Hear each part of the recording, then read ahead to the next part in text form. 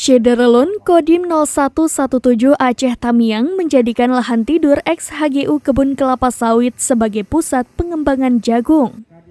Program AIM Jagung ini ditargetkan menghasilkan produksi jagung minimal 8 ton.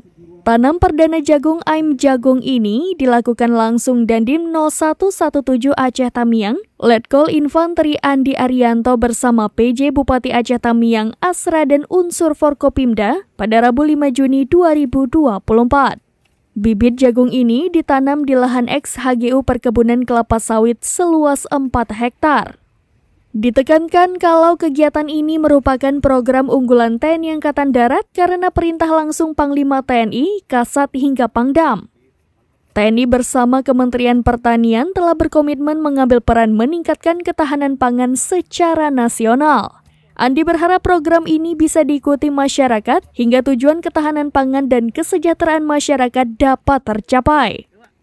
PJ Bupati Aceh Tamiang, Asra menyampaikan apresiasinya kepada TNI yang telah bersedia membantu ketahanan pangan dengan membuka lahan jagung.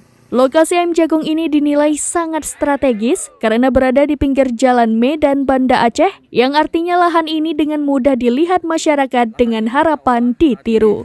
Yaitu kurang lebih 4 hektar dengan harapan untuk tiap nantinya satu hektarnya menghasilkan kurang lebih 8 ton.